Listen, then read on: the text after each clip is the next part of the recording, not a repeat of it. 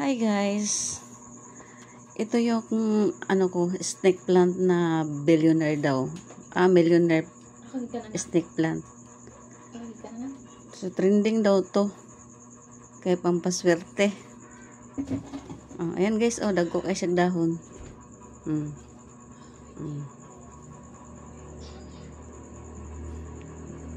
Pila na ni ka tuig sa ko guys, bro, umang kong giswerte ay.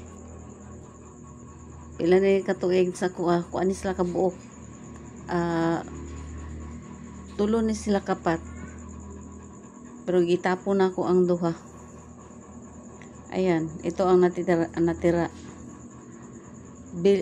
Millionaire plant, millionaire snake plant. Nag-trending daw to. Yung atin dako kay dahon guys. Dako kay dahon.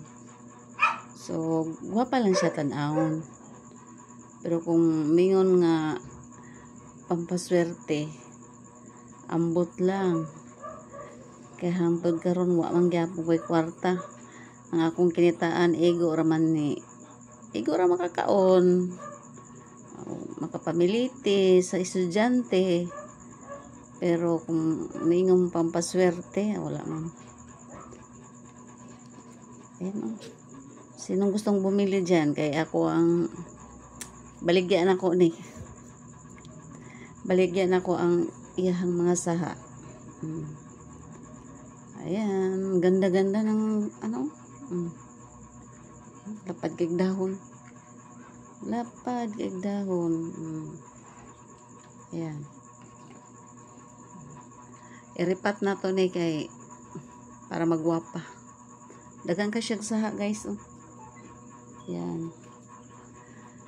Millionaire plant daw to. Millionaire snake plant. Tsaka mayroon pa akong isa doon guys. Anong tawag doon? Ayan ito naman ang camouflage.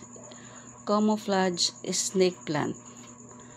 Para siyang uniform ng sundalo. Yung brown. Diba?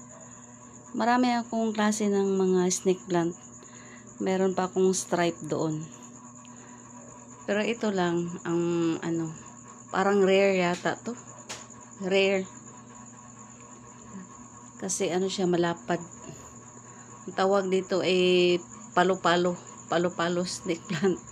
Millionaire snake plant pala to. Ito di ko alam, basta camouflage. Ito maganda. So, alin kaya dito ang pampaswerte sa inyo? Kung sa akin, ito lang ay normal na mga snake plant. Kasi, mga likha sila ng Diyos. Ayan. So, thank you for watching.